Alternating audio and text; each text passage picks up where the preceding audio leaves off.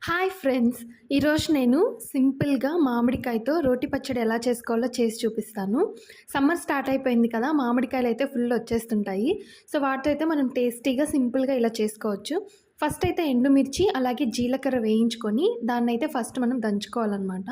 ఆ తర్వాత మనం మామిడికాయ తీసుకొని దాని మీద చెక్కు తీసేసి ఇలాగా ఒక్కొక్క పీస్ వేసుకుంటూ మనము దంచుకోవాలి. ఆ తర్వాత సాల్ట్, అలాగే కొన్ని వెల్లుల్లి రెబ్బలు వేసుకొని మనం దంచుకోవాలనమాట. ఆ తర్వాత ఒక హాఫ్ ఆనియన్ అయితే తీసేసుకొని మెత్తగా, అంటే మరీ మెత్తగా కాదు, కొంచెం కచ్చా పచ్చాగా దంచుకోవాలి. కొంతమంది అలాగే కూడా తింటారు. లేదు అనంటే ఇలా తాలింపు కూడా పెట్టుకోవచ్చనమాట.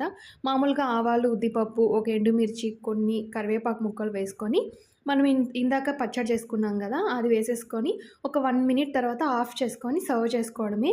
రైస్‌లోకి ఇది వేసుకొని కొంచెం నెయ్యి వేసుకొని తినండి. చాలా బావుంటుంది. వీడియో నచ్చితే ప్లీజ్ సబ్స్క్రైబ్ చేసుకోండి. Bye bye.